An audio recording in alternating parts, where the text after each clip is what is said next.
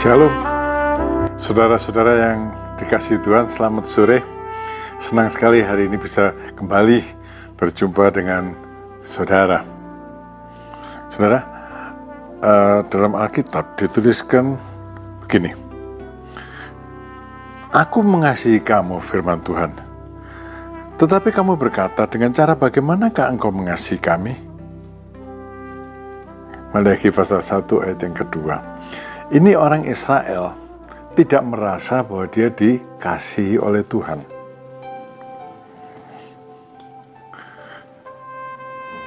Tuhan mengasihi saya, apa buktinya gitu? Saya kok susah? Nah, saudara, apakah saudara benar-benar merasa bahwa saudara dikasihi Tuhan? Tapi kita merasa atau tidak merasa, Tuhan mengasihi kita. Dan kasihnya tidak berubah. Dari saat sejak kita percaya kepada Tuhan, sampai kepada hari ini kasihnya tidak berubah. Saudara, nah, kalau orang tidak merasa dikasihi, bagaimana? Banyak komplain, banyak keluhan, banyak sungut-sungut. Nah, saya ingat cerita tentang anak yang hilang itu. Bapak itu kan punya 2 anak. Dua-dua ini rupanya tidak merasa dikasih bapaknya. Yang bungsu minta bagian warisannya, lalu dia pergi. Dia ada punya karakteristik seorang anak. Tapi yang sulung juga, saudara, dia itu tidak merasa dikasih bapaknya. Ya, dalam Injil Lukas pasal yang ke-15, di situ dikatakan bahwa anak sulung ini akhirnya sewot sama bapaknya, marah sama bapaknya, ya. Tetapi ia menjawab ayahnya, katanya, "Telah bertahun-tahun aku melayani Bapa dan belum pernah aku melanggar perintah Bapa. Tapi kepadaku belum pernah Bapa memberikan seekor anak kambing untuk bersukacita dengan sahabat-sahabatku." Saudara, anak sulung itu gitu, dia melayani bertahun-tahun, dia bilang, "Tapi Bapak sih nggak pernah ngasih apa-apa ke saya," katanya. "Anak kambing aja nggak pernah ngasih. Sedangkan anak yang satu itu, yang bungsu itu, adikku, dia foya-foya dengan harta yang dimilikinya." Saudara-saudara,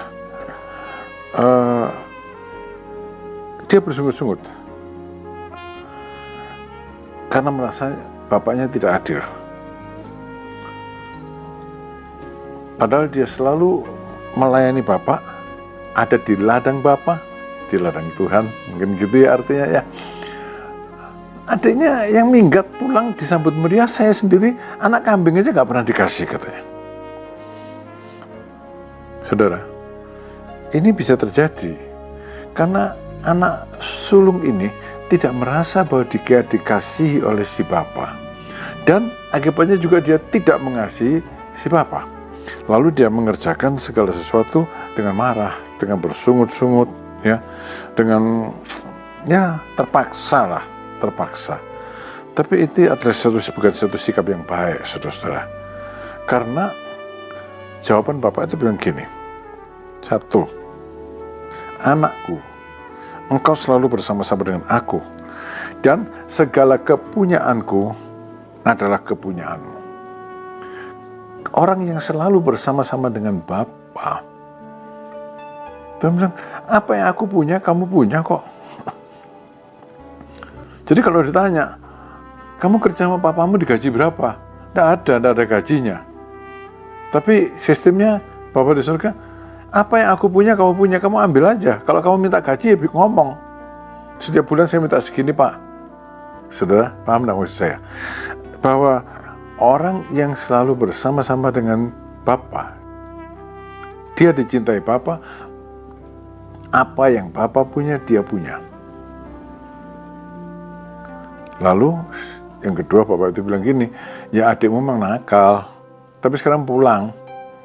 Maka kita patut bergembira, bersukacita, karena adikmu telah mati dan menjadi hidup kembali. Ia telah hilang dan dapat kembali." Terima. Ya kadang-kadang kita pikir, enak ya, dia baru bertobat, sekarang kok dianya begini, begitu. Lah saya sudah puluhan tahun melayani, kok gini-gini saja. Apakah Allah itu adil? Masalahnya bukan Allah itu adil. Sebetulnya dalam hatinya, saya nggak dicintai Tuhan. Saya nggak dicintai Tuhan. Tapi yang betul Tuhan bilang, aku mengasihi kamu. Apa yang aku punya, engkau punya. Jadi bagaimana saudara-saudara? Layani dengan sukacita. Bekerja dengan sukacita. Jangan bersungut-sungut. Dalam bidang pekerjaan apapun juga, seberat apapun juga, lakukan dengan sukacita, jangan bersungut-sungut, karena ini perintah Tuhan. Lakukanlah segala sesuatu dengan tidak bersungut-sungut dan berbantah-bantahan. Filipi 2 ayat yang ke-14. Ya, saudara, sebagai hamba Tuhan banyak kerjaan, jangan bersungut-sungut, itu anugerah. Saudara kerja di sekuler sebagai pegawai, banyak kerjaan, lakukan dengan sukacita, itu anugerah. Jangan bersungut-sungut. Anugerah Tuhan yang kita lakukan, yang kita kerjakan. Ibu rumah tangga tidak pernah berhenti kerja, capek setengah mati, itu anugerah, jangan bersungut-sungut. Nah, jadi itu yang pertama. Kalau kita sadar bahwa kita dicintai Tuhan dan kemudian kita membalas cinta Tuhan, layani dengan sukacita dan tidak bersungut-sungut dalam bidang hidup apapun juga. Yang kedua, apapun juga yang kamu perbuat, perbuatlah dengan segenap hatimu seperti untuk Tuhan dan bukan untuk manusia. Ya, jadi bukan cuma tidak bersungut-sungut, tapi kerja sungguh-sungguh. Kalau bersungut-sungut itu berarti menggerutu, tidak puas terhadap Tuhan, marah terhadap Tuhan. Kerjakan dengan sungguh-sungguh. Lalu sadarlah bahwa dari Tuhan kamu akan menerima bagian yang ditentukan bagimu sebagai upah. Kristus adalah Tuhan dan kamu hambanya. Apa upahnya? Bapak itu bilang gini, apa yang aku punya kamu punya.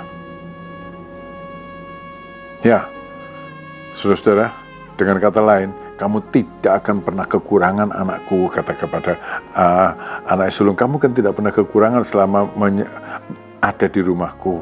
Kalau kamu perlu apa-apa tinggal bilang, tinggal minta, asal masuk akal kan kamu bisa dapat. Begitu juga dengan kehidupan kita.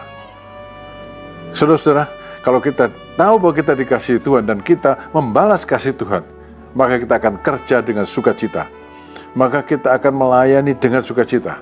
Maka kita akan melakukan segala sesuatu dengan segenap hati, seperti untuk Tuhan, bukan untuk manusia. Ingat ya, tidak melayani majikan, melayani Tuhan.